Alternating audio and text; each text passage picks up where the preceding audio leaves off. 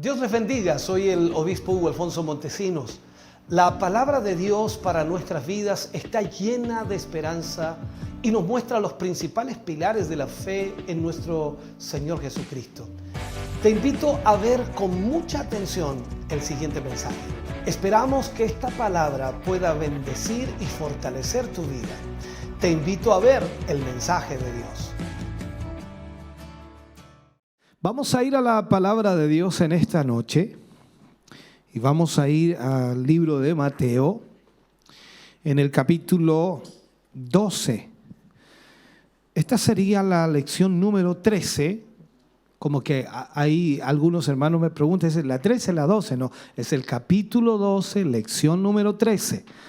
Y por supuesto vamos a leer un versículo de este capítulo para hablar de todo el capítulo y poder analizarlo a la luz de la palabra del Señor.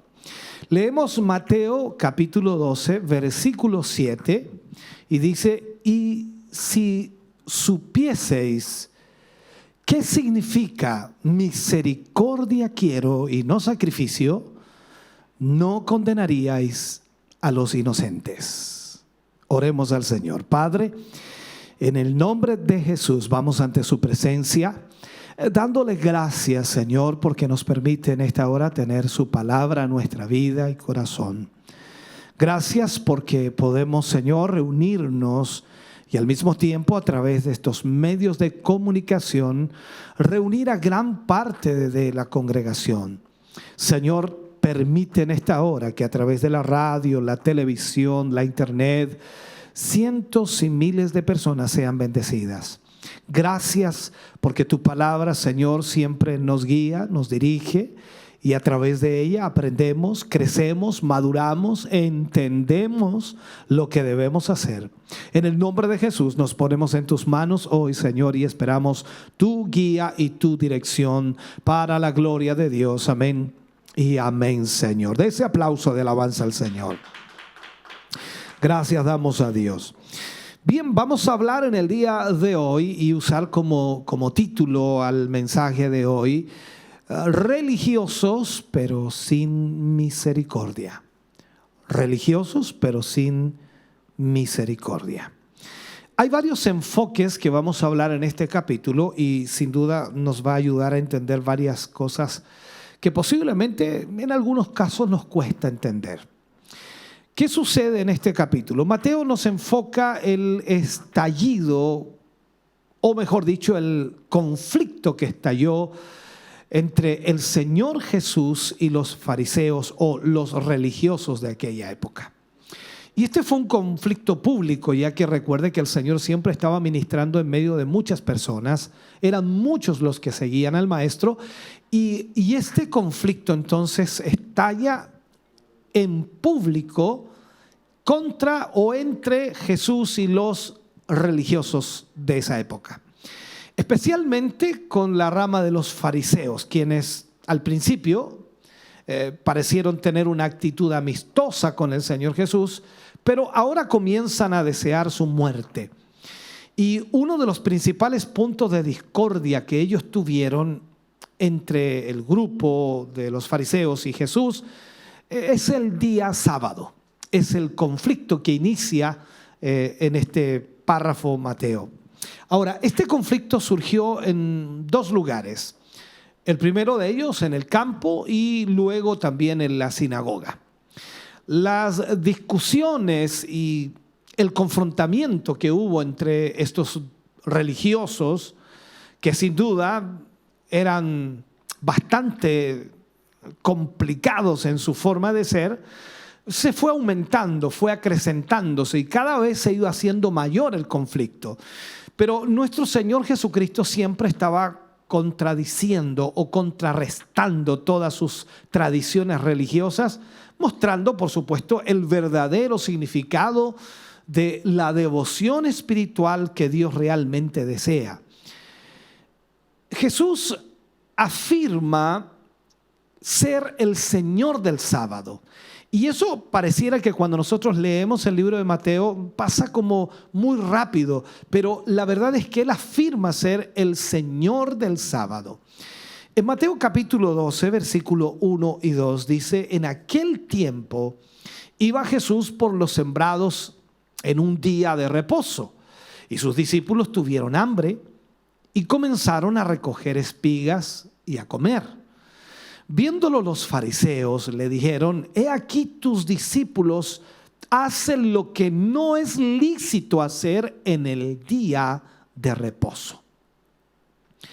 Antes de entrar en la discusión sobre el sábado, que ha durado quizás por muchos años, por mucho tiempo, hasta nuestros días se discute del día sábado. Muchas personas siguen creyendo que el sábado debe respetarse y es el sábado del Señor, y literalmente eso es lo que ellos abogan.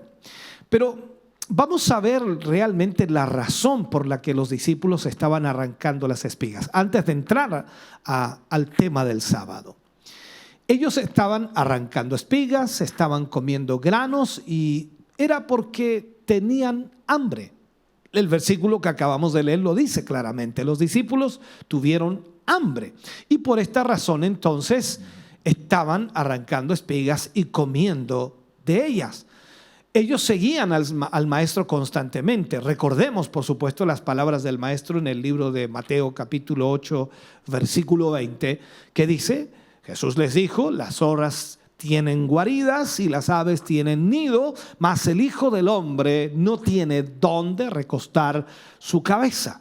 Por lo tanto, los que seguían al Señor constantemente, no sé si llamarle así, tenían hambre, porque pasaban horas constantes, días con el Señor, y por supuesto, donde les daba hambre, trataban de comer algo de aquello. Ahora, el contexto bíblico nos ubica en un campo de sembrado de cereales, en este caso trigo, los cuales solían estar en algunos caminos o cercanos al camino, y ocurría en la época del año de la primavera, podemos decirlo así, hasta mediados del verano, antes de la siega. Y la acusación de los fariseos en contra de los discípulos de Jesús no era porque los discípulos estuvieran robando los granos del campo, sino más bien porque estaban violando una de sus normas religiosas: el trabajar en un día sábado. En la ley mosaica, recordemos esto, estaba permitido que los viajeros que tuvieran hambre se acercaran a los campos y recogieran granos en una cantidad necesaria solo para saciar el hambre y lo que su mano les permitiera llevar, nada más que eso. Nunca mayores cantidades, porque podría interpretarse como robo. Por lo tanto, los discípulos no estaban robando, sino que estaban haciendo lo que la ley mosaica permitía. Recordemos eso. Deuteronomio 23:25 dice: cuando entres en la mies de tu prójimo, podrás arrancar espigas con tu mano, mas no aplicarás hoz a la mies de tu prójimo. O sea, no vas a cosechar la mies de tu prójimo, sino solamente arrancarás lo que tu mano pueda llevar. Entonces, definitivamente, el guardar el día de reposo, el Sabbat, como así se dice en hebreo, era uno de los mandamientos, de acuerdo a Éxodo 28. Ahora, el hecho de santificar este día estaba relacionado con tratarlo de manera diferente al resto de los días de la semana, por lo que muchas tareas cotidianas se dejaban de hacer, entre ellos el trabajar con el fin, por supuesto, de acercarse más a Dios. Por tanto, era prohibido trabajar ese día y mucho menos estar haciendo lo que los discípulos hacían. Ahora, la desobediencia, de acuerdo a la ley, se pagaba con la muerte. Y eso pareciera muy drástico y muy duro. Cuando vamos al libro de Éxodo capítulo 31, versículo 15, dice: 6 días se trabajará, mas el séptimo día es día de reposo, consagrado a Jehová. Cualquiera que trabaje en el día de reposo ciertamente morirá. Eso es lo que decía la ley. Ahora bien, el problema con esta ley estaba en la interpretación que los fariseos tenían en cuanto a realizar un trabajo. Y así llegaron entonces ellos a establecer un catálogo de 39 trabajos principales. O sea, ellos hicieron un catálogo de qué cosas no se podían hacer el día sábado. Por ejemplo, arrancar espigas se consideraba cosechar. Y el restregarlas, ¿cuál será la palabra? Restregarlas, para sacar el grano se consideraba trillar. Y ambas acciones se consideraban un trabajo. Entonces, por eso que los fariseos dicen que ellos estaban, en otras palabras, no cumpliendo, no respetando el día de reposo. A pesar de esto, Jesús estaba dispuesto a contradecir a los fariseos. Y aquí es donde nosotros queremos saber qué es lo que Jesús iba a decir. Y aquí entonces Jesús contradice una vez más sus tradiciones religiosas y más aún la mala interpretación de la Escritura. Porque Él les hace ver que la necesidad humana está por encima de cualquiera de ellas. O sea, toda norma religiosa está por debajo de la necesidad humana, no por encima de la necesidad humana. Si bien es cierto que era día de reposo y la ley mandaba guardarlo, pero jamás la ley promulgada o fue promulgada en realidad para estar por encima de las necesidades y el bienestar humano. Si vamos al libro de Mateo capítulo 12, versículo 3 al 8, aquí hay un párrafo en el cual podemos aclarar un poco esto. Dice, pero Él les dijo, ¿no habéis leído lo que hizo David cuando él y los que con él estaban tuvieron hambre? ¿Cómo entró en la casa de Dios y comió los panes de la proposición, que no les era lícito comer ni a él ni a los que con él estaban, sino solamente a los sacerdotes? ¿O no habéis leído en la ley cómo en el día de reposo los sacerdotes en el templo profanan el día de reposo y son sin culpa? Pues os digo que uno mayor que el templo está aquí. Y si supieseis qué significa misericordia quiero y no sacrificio, no condenaríais a los inocentes, porque el Hijo del Hombre es Señor del día sábado. Aquí cuando el Señor Jesús habla, pone como ejemplo al rey David. Y ese ejemplo está registrado en Primera de Samuel, capítulo 21, del versículo 1 al 6, aparece esa historia. Y eso sucedió en los días en que David fue rechazado, cuando en realidad reinaba Saúl. El Señor, ¿qué hizo? Cuidó de sus discípulos sin tener en cuenta la observancia del sábado. Cuando los discípulos van y toman espigas para comer del trigo, Jesús sencillamente estaba permitiéndoles alimentar su cuerpo. Así como David había cuidado de sus hombres, aunque ello implicó quebrantar la ley de Moisés. Ahora, para los fariseos, Jesús no solo había quebrantado el sábado, sino que había blasfemado también. La cita del profeta Oseas en el capítulo 6, versículo 6, que dice misericordia quiero y no sacrificio, fue utilizada aquí por el Señor Jesús para defender a sus discípulos, alegando que no habían quebrantado el sábado. Al adoptar, por supuesto, esta actitud, toca la práctica religiosa más sagrada que los fariseos tenían. Y ese fue el problema.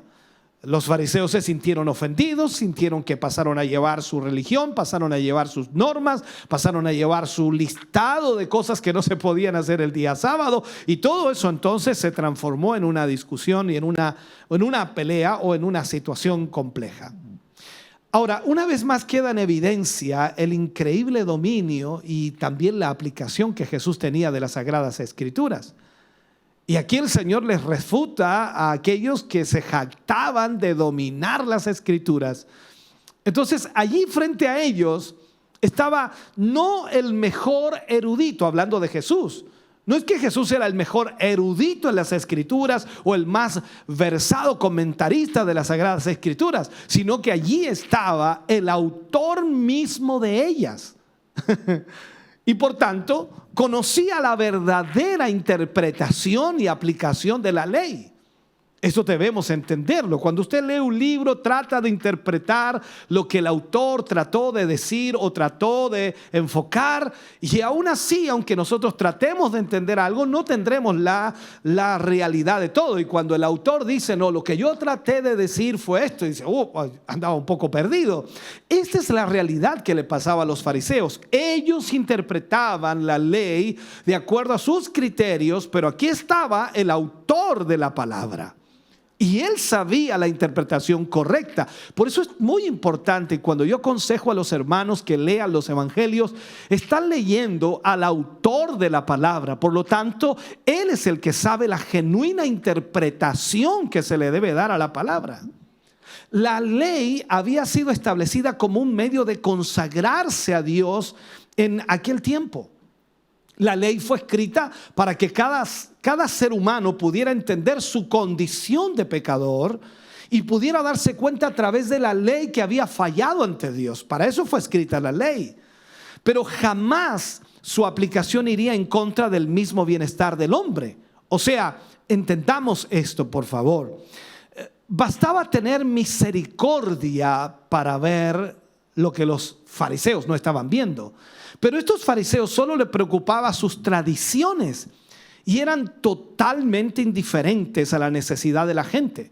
Cuando en realidad la verdadera religión debe preocuparse no solo por su propia santificación, sino también por la necesidad y bienestar de sus semejantes. Veamos el libro de Mateo, capítulo 12, versículo 9 al 11. Versículo 9 al 11. Dice, pasando de allí, vino a la sinagoga de ellos. Y aquí había allí uno que tenía seca una mano. Y preguntaron a Jesús para poder acusarle: ¿es lícito sanar en el día de reposo?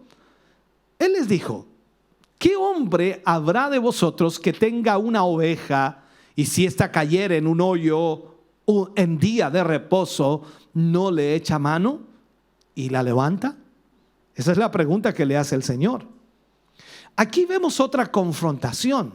La primera fue en el campo, por las espigas. Ahora es si se puede o no sanar en el día de reposo. Y esta confrontación entre Jesús y los religiosos comenzaron a agudizarse un poco más, poco a poco.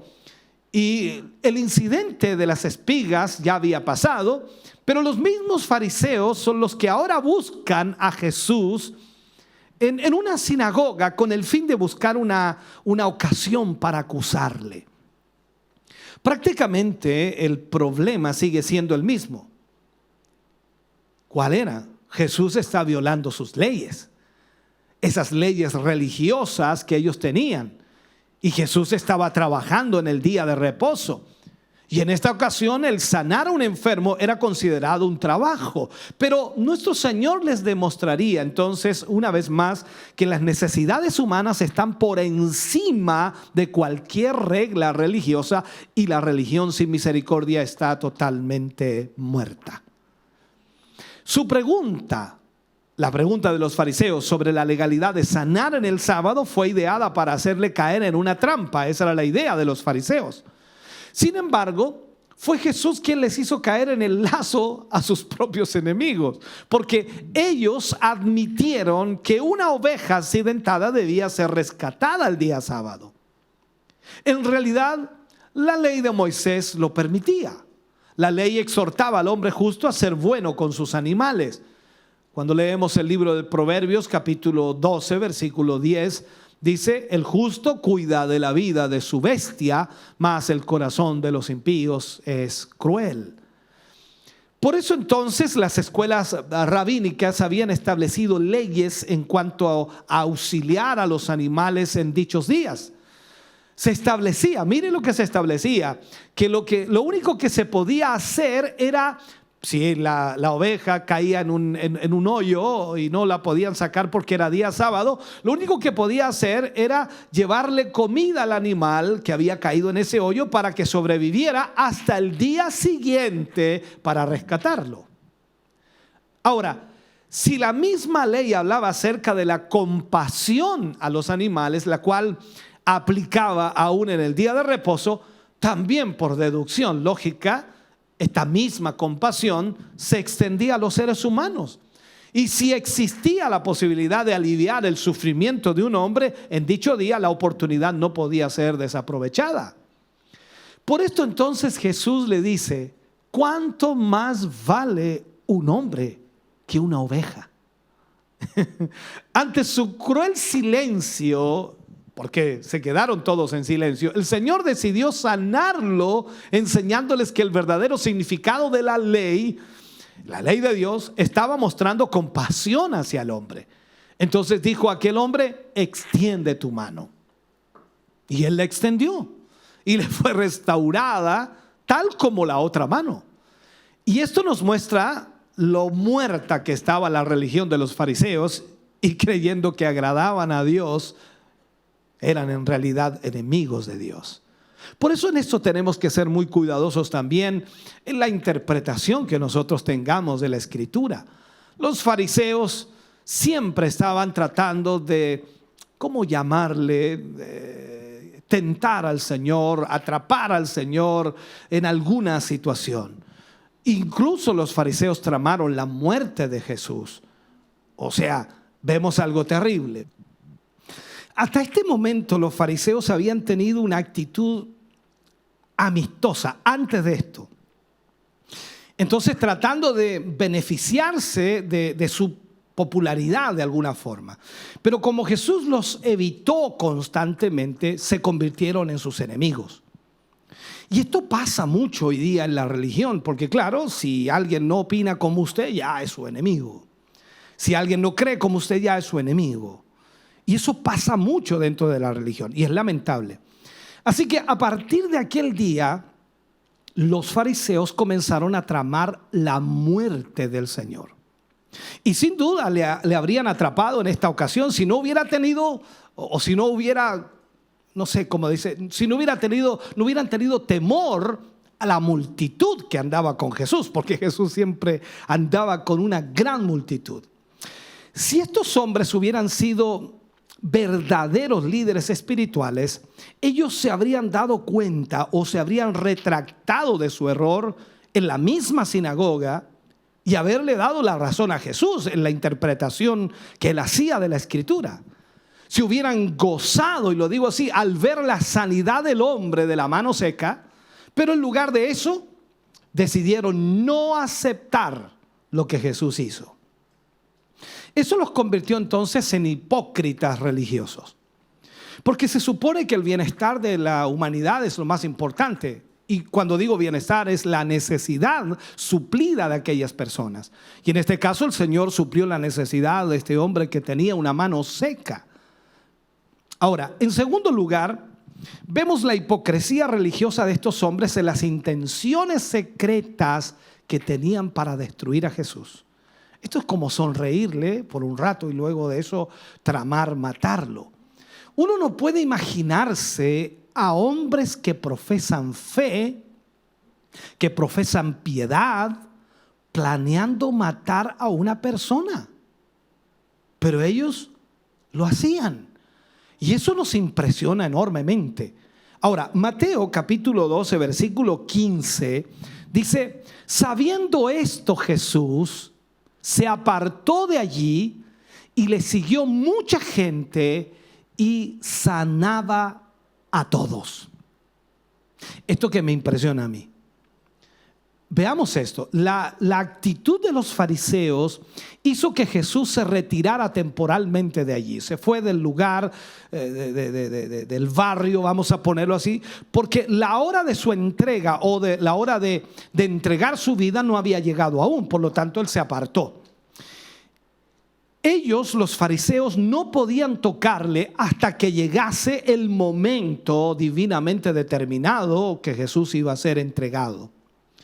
Es interesante el detalle cuando analizamos esto de que no solo sanó a algunos enfermos de la multitud, sino que dice este versículo que los sanó a todos.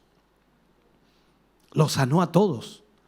O sea, todos los enfermos que vinieron los sanó a todos. Y ahí es donde no nos cabe en la cabeza a nosotros cómo esos fariseos, viendo tantos milagros, viendo tantos prodigios, qué sé yo cuáles enfermedades fueron. Algunos salen mencionados, por supuesto, en la Escritura, algunos milagros del Señor, pero dice que los sanó a todos y eran multitudes de personas que le seguían. Jesús lo que quería hacer entonces era cumplir su ministerio. Su vida había sido consagrada para ese fin. Recordemos lo que dice el libro de Isaías: el Espíritu de Jehová está sobre mí y me ha ungido. Pero al mismo tiempo, él era prudente al buscar la forma de no llamar tanto la atención, y por ello les decía constantemente y les ordenaba a los que sanaba que no dijesen nada. Recuerde usted que en varias ocasiones le dijo a los hombres que no dijeran, que no le contaran a nadie. Pero, hermano querido, ¿cómo no contar lo que el Señor había hecho? Y eso es lo mismo para nosotros. ¿Cómo no contar lo que el Señor ha hecho por nuestras vidas, no? Todos saldríamos corriendo para contarlo. Entonces, el Señor no quería fama, pero era inevitable porque la fama del Señor se extendía. Entonces, Él hacía milagros y se comentaba por todo Israel. Comentaban los milagros y, lógico, confundía un poco a los fariseos. Los ánimos de las personas se comenzaban a poner complicados y los empujaba de alguna manera a esta rebelión que tenían los fariseos hacia Jesús y también de muchas otras personas. Ahora, Jesús estaba allí para traer un nuevo reino basado en la justicia, basado en el amor, basado en el perdón, y no a través de la espada, como todos pensaban o imaginaban. Recuerde que la lección anterior hablábamos de Juan el Bautista, que pensaba una cosa, pero no era eso lo que el Mesías venía a hacer. Veamos ahora el libro de Mateo, capítulo 12, versículo 22. Mire lo que dice aquí, el versículo 22. Aquí nos habla de algo importantísimo. Entonces fue traído a él un endemoniado, ciego y mudo, y le sanó de tal manera que el ciego y mudo veía y hablaba. Veía y hablaba. Mire lo que vamos a ver aquí. Los continuos milagros de Jesús sanando y expulsando demonios convencían a la gente de que Él era el hijo de David, el Mesías. Y este era un caso difícil, pero ¿qué pensaban los fariseos? ¿Cuál era la opinión de los fariseos? Cuando vemos el versículo 24 de este mismo capítulo, los fariseos decían, mas los fariseos al oírlo decían, este no echa fuera a los demonios sino por Belcebú, príncipe de los demonios. En este caso entonces se le atribuía la condición de ceguera y mudez al hombre o al endemoniado, ¿cierto? Inmediatamente Jesús, cuando expulsó el demonio y la persona recuperó la vista y hablaba, por lo que la gente quedó atónita preguntándose si realmente era el hijo de David, un título exclusivo por supuesto del Mesías. Pero allí también estaban los de la secta de los fariseos y los seguían a todas partes. O sea, no es que los fariseos no iban tras Jesús, siempre estaban allí. No sé cómo lo hacían. Los cuales presenciaron el mismo milagro, el cual difícilmente podían negar. ¿Cómo negar un milagro como ese? Ahora, para este momento los fariseos y escribas se habían pronunciado en contra de Jesús, por lo que tenían dos opciones. Una era aceptar el milagro de parte de Dios, pero con eso, por supuesto, avalarían el ministerio de Jesús.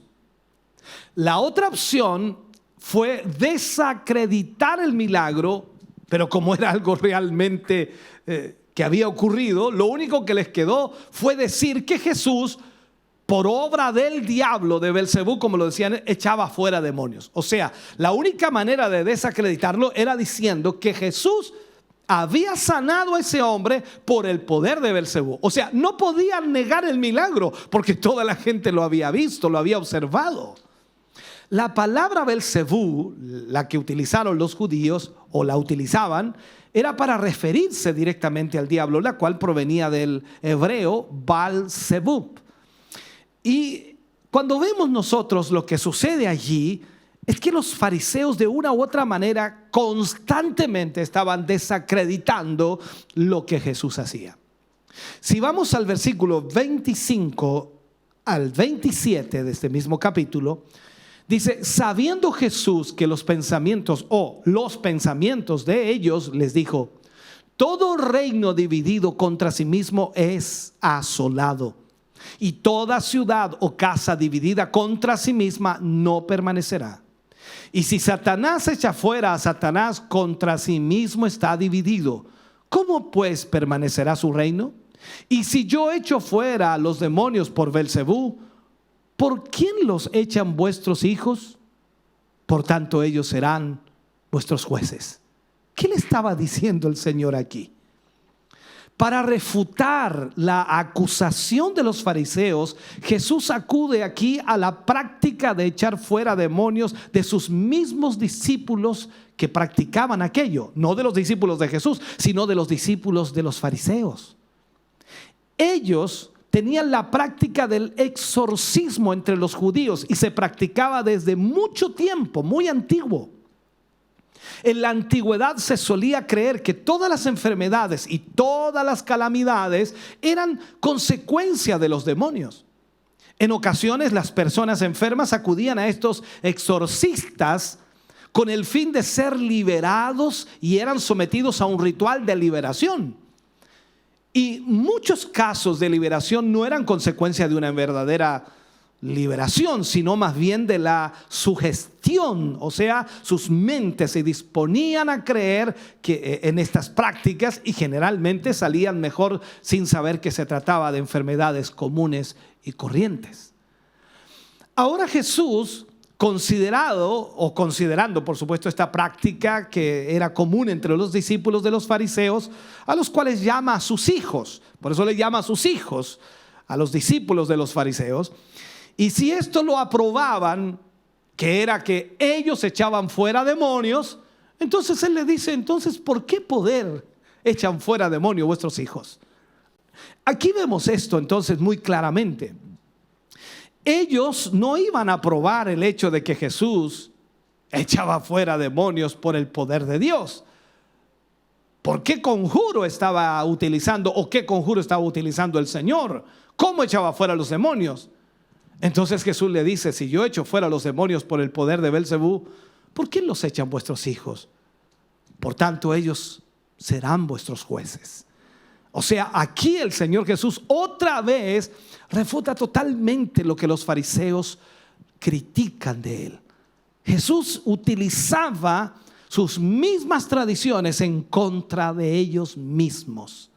Veamos ahora versículos 29 al 32. Me encantaría poder seguir ahondando más en esto, pero no tenemos todo el tiempo. 29 al 32 dice: porque ¿cómo puede alguno entrar, dice, en la casa del hombre fuerte y saquear sus bienes si primero no lo ata? Y entonces podrá saquear su casa. El que no es conmigo, contra mí es, y el que conmigo no recoge, desparrama. Por tanto os digo, todo pecado y blasfemia será perdonada a los hombres, mas la blasfemia contra el Espíritu no les será perdonada. A cualquiera que dijere alguna palabra contra el Hijo del Hombre le será perdonada, pero al que hable contra el Espíritu Santo no le será perdonado, ni en este siglo ni en el venidero. No hay un solo pecado cometido en el pasado que Cristo no pueda perdonar, porque Él murió por todos los pecados. El Espíritu Santo vino al mundo para hacer real la salvación en Cristo y los corazones de los seres humanos puedan tener una comunión con Dios. Pero si usted resiste la obra del Espíritu de Dios cuando te está hablando, cuando te está ministrando, por supuesto, no habrá perdón. Y aquí trataré de explicar. ¿Por qué no habrá perdón? Porque habrás rechazado la salvación que el Espíritu puede hacer efectiva en tu vida, y es decir, la regeneración que Él hará. El tema del pecado imperdonable consiste en atribuir la obra del Espíritu Santo a Satanás. Y no podemos hacer eso. Es decir, que Cristo había realizado estos milagros que los fariseos decían por el poder de Satanás, cuando la verdad era que los hacía por el poder del Espíritu de Dios. Ellos estaban rechazando el testimonio de Cristo y del Espíritu Santo. Recordemos que cuando el Señor Jesús fue bautizado, el Espíritu Santo de Dios descendió sobre Él en forma corporal, parecida, dice, a la de una paloma. Desde ese momento el Señor Jesús fue lleno del Espíritu Santo.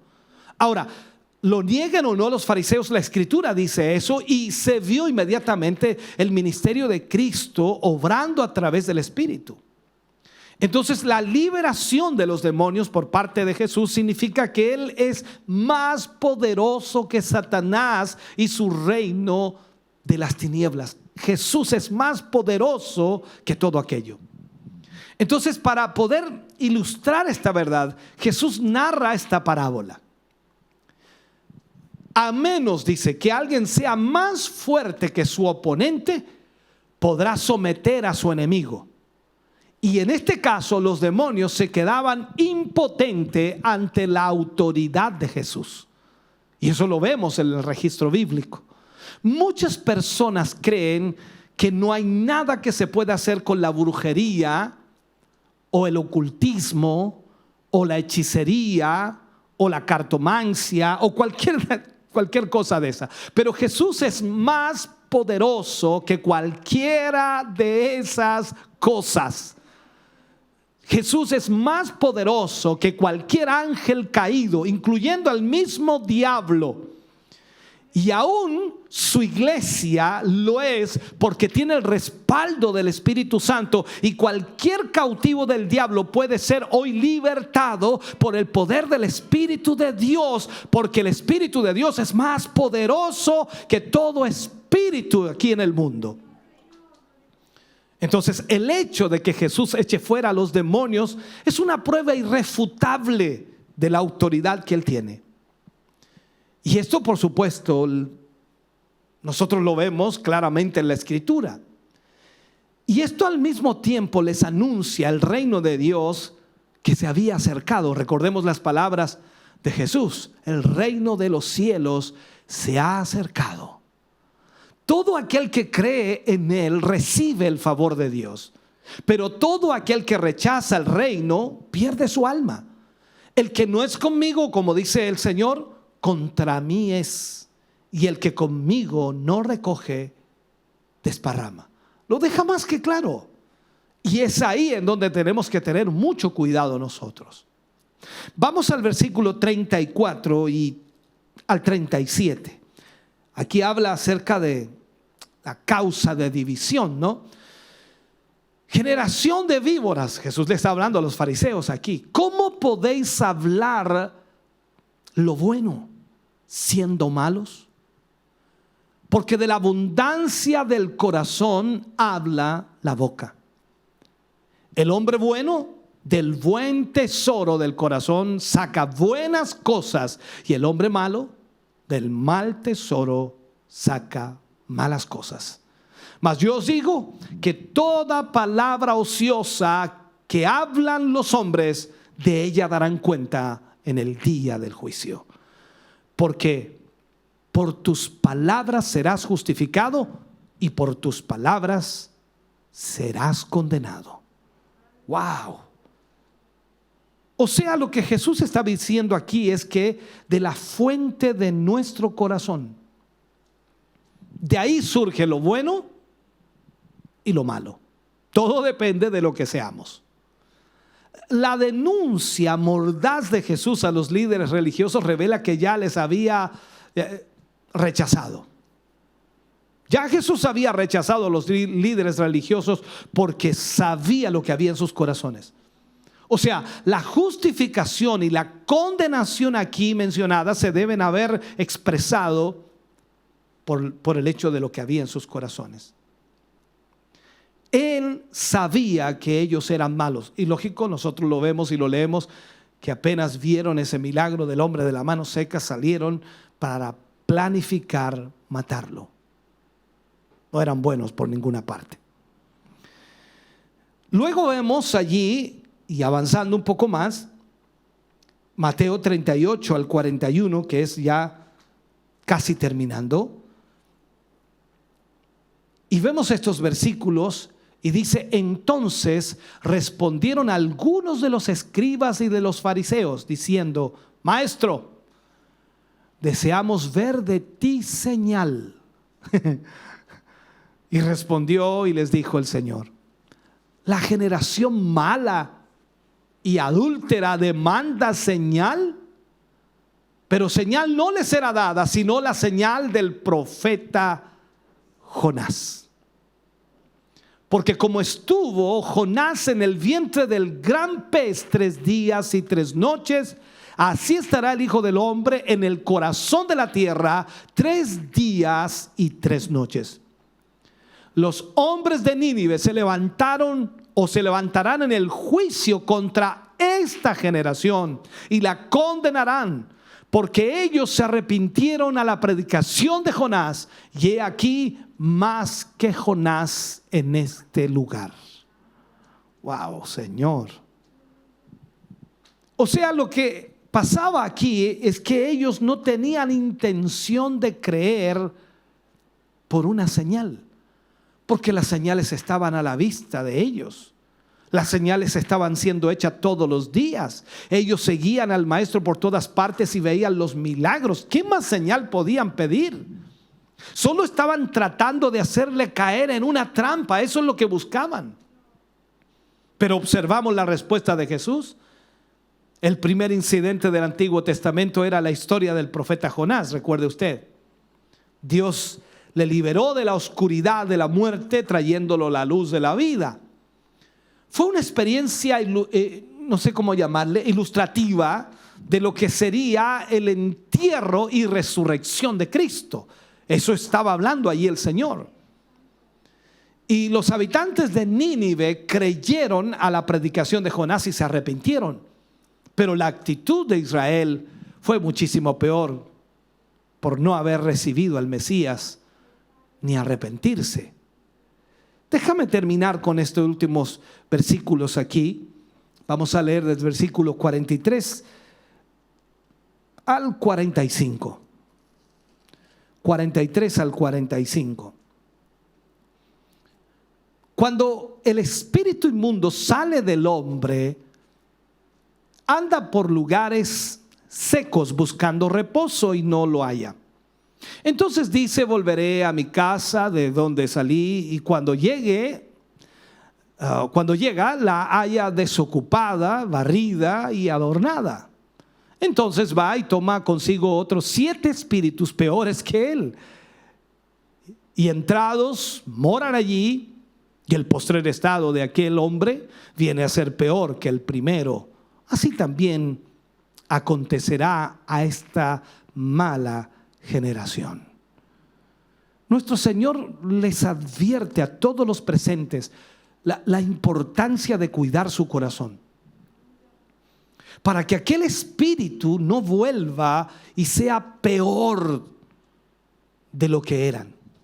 Cristo Jesús ofrece perdonar todos nuestros pecados, limpiarnos de toda maldad, esa maldad que nos aparta de Dios. Y cuando esto ocurre, Dios limpia nuestro corazón y, por supuesto, este se llena de su santa presencia, de su Espíritu Santo, y echa fuera todo demonio, todo lo que estorba y atormenta nuestra vida. De tal forma entonces que mientras el Espíritu Santo mora dentro de nosotros, ningún espíritu maligno puede volver a poseernos. Pero cuando una persona se descuida y no se consagra a Él, corre peligro de que el demonio que temporalmente se alejó regrese. Y no solo, sino con 7 espíritus peores que él. Uno puede ver esta verdad espiritual en la vida de algunas personas que en un tiempo profesaron ser cristianos, pero se alejaron de Dios, volviéndose al pecado, a la maldad, y luego al verlos uno pareciera que su condición moral y espiritual es peor de lo que era al inicio. Es por eso entonces que tenemos que tener cuidado, y Jesús pone este ejemplo allí para que nosotros entendamos lo que está diciendo. Tomemos el último pasaje, versículo 46 al 50, para cerrar en este día. Mientras él aún hablaba, dice a la gente, he aquí su madre y sus hermanos estaban afuera y le querían hablar. Y le dijo uno, he aquí tu madre y tus hermanos están afuera y te quieren hablar. Respondiendo él al que le decía esto, dijo, ¿quién es mi madre? ¿Y quiénes son mis hermanos? Y extendiendo su mano hacia sus discípulos, dijo, he aquí mi madre y mis hermanos. Porque todo aquel que hace la voluntad de mi Padre que está en los cielos, ese es mi hermano y hermana y madre. Esta sorprendente y última sección del capítulo nos enseña que hay una relación mayor que la que existe entre una madre y un hijo y entre hermanos carnales.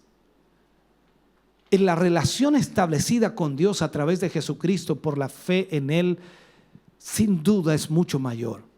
El Señor estaba diciendo que la relación más fuerte es la que une a Cristo con un creyente. Aunque Jesús tenía una familia terrenal, lo que quería decir es que existe una familia espiritual. Y para llegar a ser parte de esta familia espiritual es necesario nacer de nuevo, ya que con eso no solo nos hacemos herederos de la vida eterna, sino también nos hacemos hijos de Dios y por ende miembros de la gran familia espiritual. Finalmente, como hijos de Dios, tenemos la confianza de acercarnos a su presencia como un hijo lo hace cuando se acerca a su padre amoroso, y venimos a ser herederos de todos o de todas sus promesas. Por eso es tan importante cuando leemos la palabra y la estudiamos y podemos profundizar un poco en ella y ver el significado real de lo que el Señor habla a nuestra vida. Jesús no estaba hablando mal de su madre y sus hermanos aquí, sino que Él estaba diciendo, también hay una familia espiritual. Y aquellos que hacen la voluntad de mi Padre, ellos son mis hermanos, ellos son mi madre. Por lo tanto, hay una relación fuerte en cada creyente y es importante que nosotros la entendamos. Gracias damos a Dios por esta palabra en este día. Póngase de pie, vamos a orar al Señor. Padre, te damos muchas gracias hoy. Agradecemos tu inmensa bondad, tu inmensa misericordia. Agradecemos, Señor, el que hoy nos hayas hablado, nos hayas ministrado a través de esta palabra. Nos enseña, Señor, partes importantes de las cuales necesitamos conocer y saber. Cada uno de nosotros nos enfrentamos a diferentes dificultades, presiones, pruebas, conflictos. Y sin duda, Señor, el saber y conocer esto nos ayuda, Señor, a saber cómo enfrentar aquellos conflictos. Tu palabra siempre tiene respuesta, tu palabra siempre tiene guía, dirección, y es por eso que te pedimos, Señor, que tú nos guíes y nos ayudes. En el nombre de Jesús te agradecemos en esta noche por esta palabra hermosa. Gracias, mi Dios, para tu gloria. Amén y amén, Señor Jesús. Aleluya. Estamos contentos de que hayas visto y escuchado este mensaje. Creo con todo mi corazón que Dios le ha bendecido. Quiero invitarles a suscribirse a mis redes sociales, donde tenemos contenido que le ayudará a alimentar su vida espiritual.